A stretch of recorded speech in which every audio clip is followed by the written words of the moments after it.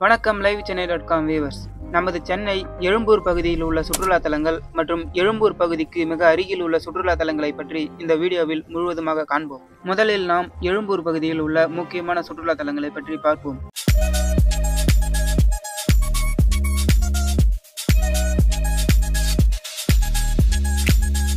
நான்காவது இடத்தில் உள்ள இடம் எழும்பூர் ரயில் நிலையம். இதனுடைய கட்டிடக்கலையானது ஆங்கிலேயர் காலத்தின் வடிவமைப்புடன் கம்பீரமாக காட்சியளிக்கிறது.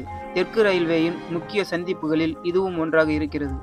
அடுத்ததாக மூன்றாவது இடத்தில் உள்ள இடம் செயின்ட் ஆண்ட்ரூஸ் சர்ச். இந்த இடமானது 19ஆம் நூற்றாண்டில் கட்டப்பட்ட ஒரு புராதன ஆங்கிலக்கன் தேவாலயமாகும். இதனுடைய கம்பீரமான தூண்கள், வண்ண கண்ணாடி ஜன்னல்கள் மற்றும் நேர்த்தியான கோபுர வடிவமைப்பு போன்றவை நியோ கிளாசிக்கல் கட்டிடக்கலையில் அமைக்கப்பட்டுள்ளது. மேலும் இவையெல்லாம் காலனித்துவ வரலாற்றை பிரதிபலிக்கும் வகையில் அமைந்துள்ளன. அடுத்ததாக இரண்டாவது இடத்தில் உள்ள இடம் கன்னிமாரா பொது நூலகம். இந்த இடமானது அரசு அருங்காட்சியகம் வளாகத்திற்குள் அமைந்துள்ளது. இந்த இடமானது இந்தியாவின் 4 தேசிய களஞ்சிய நூலகங்களில் ஒன்றாகும். இங்கு ஏராளமான புத்தகங்கள், பத்திரிகைகள் மற்றும் அரிய தொகுப்புகள் உள்ளன. மேலும் இந்த கன்னிமாரா பொது நூலகமானது சிறந்த கட்டிடக்கலைக்கு ஒரு எடுத்துக்காட்டாக இருக்கிறது. முதல் இடத்தில் உள்ள இடம் அரசு அருங்காட்சியகம். இந்த இடமானது இந்தியாவின் மிக பழமையான மற்றும் இரண்டாவது மிக பெரிய அருங்காட்சியகங்களில் ஒன்றாகும். இந்த அருங்காட்சியகமானது 1851ஆம் ஆண்டு நிறுவப்பட்டது. இந்த இடத்தின் சிறப்பாக கலை, தொல்லியல், மானுடவியல் மற்றும் இயற்கை துறை தொடர்பான பல அரிய பொருட்கள் இங்கு காட்சிப்படுத்தப்பட்டுள்ளன. குறிப்பாக இந்த நூலகத்தில் ரோமானிய கலைப்பொருட்கள், பழங்கால வெண்கல சிலைகள் மற்றும் பாரம்பரிய சிற்பங்கள் இங்கு புகழ்பெற்றவையாக இருக்கின்றது. கிட்டத்தட்ட இவைகள் அனைத்தும் கிமு 1000 ஆண்டுகளுக்கு முந்தைய கலைப்பொருட்களாக உள்ளது. இந்த வளாகத்தில் தேசிய கலைக்கூடம், குழந்தைகள் அருங்காட்சியகம் மற்றும் மியூசியம் தியேட்டர் ஆகியவையும் அமைந்துள்ளன. இந்த இடமானது எழும்பூரின் மையப்பகுதியில் அமைந்துள்ளது. அடுத்ததாக எழும்பூருக்கு மிக அருகில் உள்ள சில சுற்றுலா தலங்களை பற்றி பார்ப்போம். இதில் 4வது இடத்தில் உள்ள இடம் விவேகானந்தர் இல்லம்.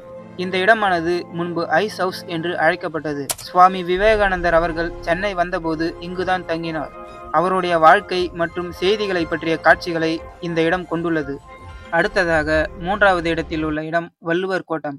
இந்த இடமானது புகழ்பெற்ற தமிழ் கவிஞரும் தத்துவ ஞானியுமான திருவள்ளுவருக்காக அர்ப்பணிக்கப்பட்ட ஒரு நினைவு சின்னமாக உள்ளது. இதனுடைய வடிவமைப்பானது திருவாரூர் தேர் போன்ற தோற்றத்துடன் கலைநயத்துடன் கட்டப்பட்டுள்ளது. அடுத்ததாக 2வது இடத்தில் உள்ள இடம் கோட்டை அருங்காட்சியகம் மற்றும் செயின்ட் ஜார்ஜ் கோட்டை. செயின்ட் ஜார்ஜ் கோட்டை இந்தியாவின் ஆங்கிலேயர்களால் கட்டப்பட்ட முதல் கோட்டையாகும். இதனுடைய சிறப்பாக கோட்டை அருங்காட்சியகத்தில் காலனித்துவ கால கலைப்பொருட்கள், ஓவியங்கள் மற்றும் வரலாற்று ஆவணங்கள் காட்சிக்கு வைக்கப்பட்டுள்ளன. இந்த இடமானது தற்போது தமிழக அரசின் தலைமைச் செயலகமாக செயல்படுகிறது.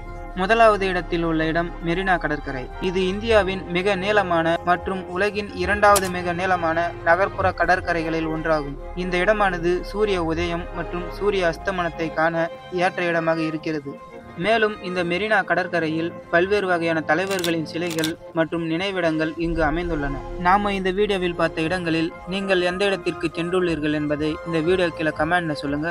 மேலும் பல சென்னையை பற்றிய சுவாரஸ்யமான தகவல்களை உடனுக்குடன் தெரிந்து கொள்ள மறக்காம நம்ம லைவ் சென்னை சேனலை சப்ஸ்கிரைப் பண்ணி ஃபாலோ பண்ணுங்க. மீண்டும் ஒரு அற்புதமான வீடியோவில் உங்களை சந்திக்கிறேன். நன்றி.